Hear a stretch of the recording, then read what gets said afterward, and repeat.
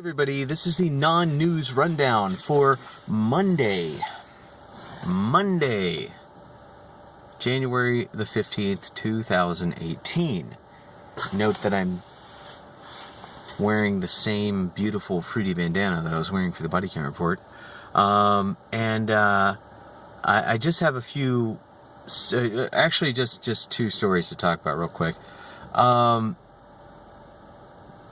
I am so bothered by what I talked about last week with the in the non-news rundown of everyone being upset about Trump saying Trump said a naughty word. A lot of people cuss. A lot of people say really naughty words. So a lot of people say really insensitive stuff, especially if they're comfortable and they're like talking with their friends.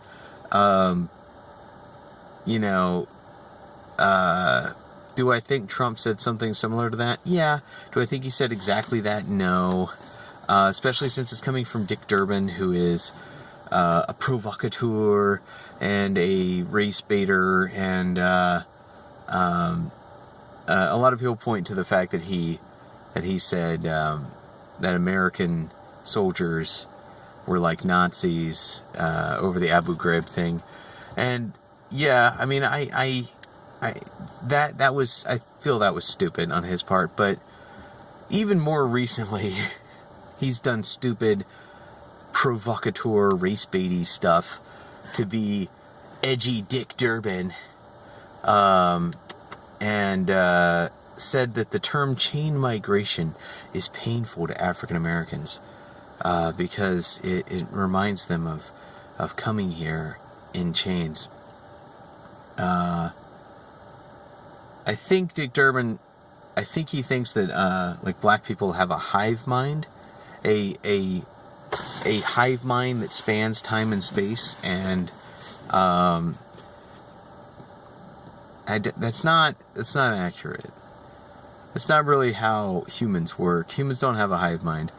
The closest thing to like my exact genetic matchup would be my brother, and we don't agree on anything, nor do we share memories or knowledge. And I definitely can't remember anything before, like, I was, like, 1 year old. So, like, actually, I can't really remember anything before I was, like, 3. So, I definitely cannot remember stuff that happened before I was born. So, for him to think that, like, blacks would hear something and then remember, like, stuff from the history of people in their genetic group, it's not really how time and space works. So Dick Durbin, I think, was not really serious with that statement. He was just race baiting. And also, that's a normal term. The term chain migration is a very normal term that has nothing to do with race or slavery. And it just simply has to do with people coming over to the United States, and as if in a chain reaction, they get to bring other people. So, no Dick Durbin. And this thing, he knows that. He really, really knows this. So, like, me being upset about him saying this really stupid statement is, I feel like, just giving it more airtime, because it's such a dumb statement, and you know he can't be serious with this. He is just a parody of himself with this statement. So I don't know why I'm giving it any time. That's why it's in the non-news rundown. It's in the non-news rundown because it's not freaking news. It's like Trump said dirty word. He said dirty word. Scary Trump and said dirty word. What is going on with the damn immigration bill? Oh my gosh. That's the news. The fact that there's going to be a bill signed into law that might, take away DACA. It might end with a bunch of mass deportation. And that's some of those things where you got to look at the thought of refugees If people really are refugees, if they really are like wanting to come to the United States of America for freedom and safety, yeah, I mean, I feel like they should be given the ability to become citizens. At the moment, there's so many hoops to jump through that a lot of them are just scared to even try, because they think, oh crap, if I try, they're going to be like, oh, you're illegal, get out of here. So we got a lot of the visa overstays and stuff like that, and the people that are just, they feel safe here, so they stay here. And I want to be talking about that. And instead, it's all this crap with Trump said something insensitive. Stop talking about the damn touchy-feely, reactionary news. That's not news. Your feelings are not news. Your feelings are not news. The situation of immigrants in the United States that might be sent back to a country where their lives are being threatened, that's news. That's a life or death situation. That's something that, and even then, we ignore the life or death part of it and are just like, how can we sensationalize this family and how this family is going to be dealing with? No. Excuse me. Stop with the damn sensationalization and just talk about the damn facts of the situation. Your feelings aren't, nobody's feelings is news. No. Survival is news. Tell me about the people that might not survive. If they get sent back to a neighborhood that they left, and they're going to be treated like traitors when they get back, and they're going to be strung up by the local militia, or they're going to be killed by the local cartel, or they're going to be shot by the local gang. Tell me about them. And those are situations that could potentially happen from this.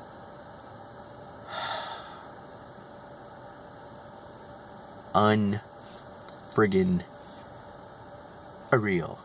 Okay. I'm gonna move on to the second one, which I really don't want to talk about, because it's just gotten to such an extreme level of every day. The Aziz Ansari accusations come out, and now the Bond girl accuses Steven Seagal of sexual assault. The Steven Seagal one, I think, this one bothers me just because, like, sue him, right? Sue the guy. If you need to sue him, sue him. Some of these guys are not, they're not in the mainstream anymore. I don't know what they're doing. Steven Seagal is not even ironically famous anymore. Jean-Claude Van Damme is like ironically famous. The Steven Seagal one, it's like, okay, if you did a crime, punish him for the crime. If he did a civil situation, like basically like something that maybe is beyond the statute of limitations and he can't be convicted for as a crime anymore, then take him to civil court. But this whole like going public all the time with these things, it's starting to seem insincere. And I'm not doubting her story. I'm not doubting it. It seems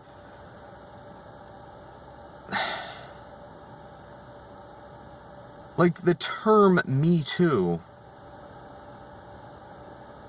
is so indicative of the type of people that are glomming onto the movement. And I've already talked in the non-news rundown. I've already talked about one case of non-news, where the lady was not, she wasn't sexually, what's that called? He didn't offer sex to her. He didn't solicit sex from her. He didn't do anything like that. He didn't expose himself. He didn't grope her.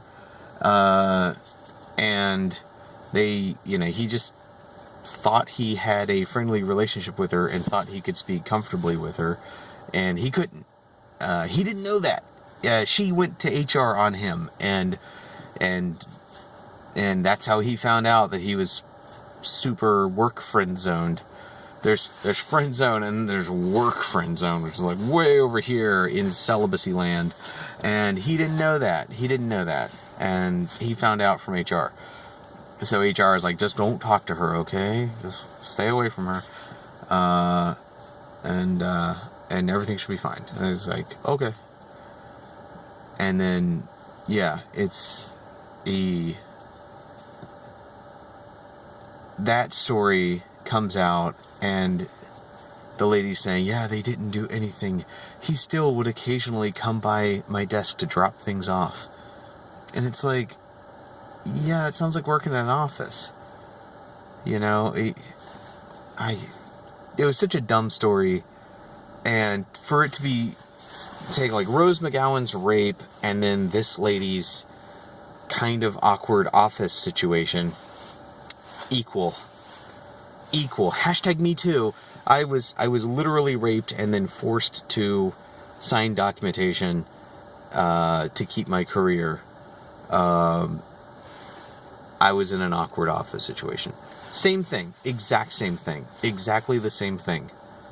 So equal. Hashtag me too. Hashtag me too. Me too. Me too. I want it too. I want attention too.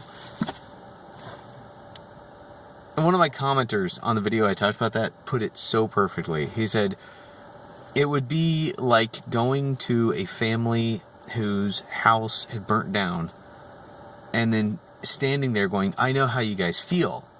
One time my neighbor was cooking and it was really smoky and I smelled it and it was so smoky. So I'm not saying this is that situation.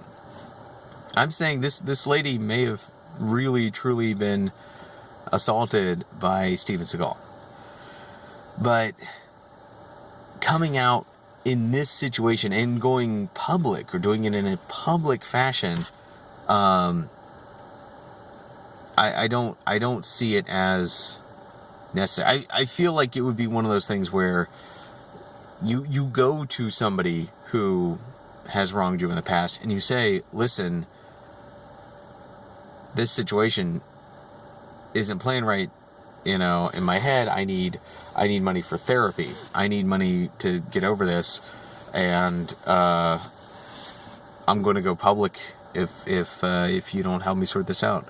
And you got him. You got him held hostage. He is your slave if you do that. Okay, slavery's wrong, but in this situation, if this is a repeat molester, and he really did wrong this woman, then yeah, I could see that being a situation that he would have to help you. But jumping out and going after Steven Seagal, I'm more focused on the fact that it's Steven Seagal, and he's a genuine nobody at this point. And I'm not feeling sorry for him, and I'm not defending him. I'm just saying that publicly outing him is like, why publicly out Steven Seagal? Like, take him to court. There's no need to publicly out him. Just take him to court, get your money. Why publicly out Steven Seagal? If somebody could comment in the comment section why you should publicly out Steven Seagal, I'd love to know. Thank you. Cheers.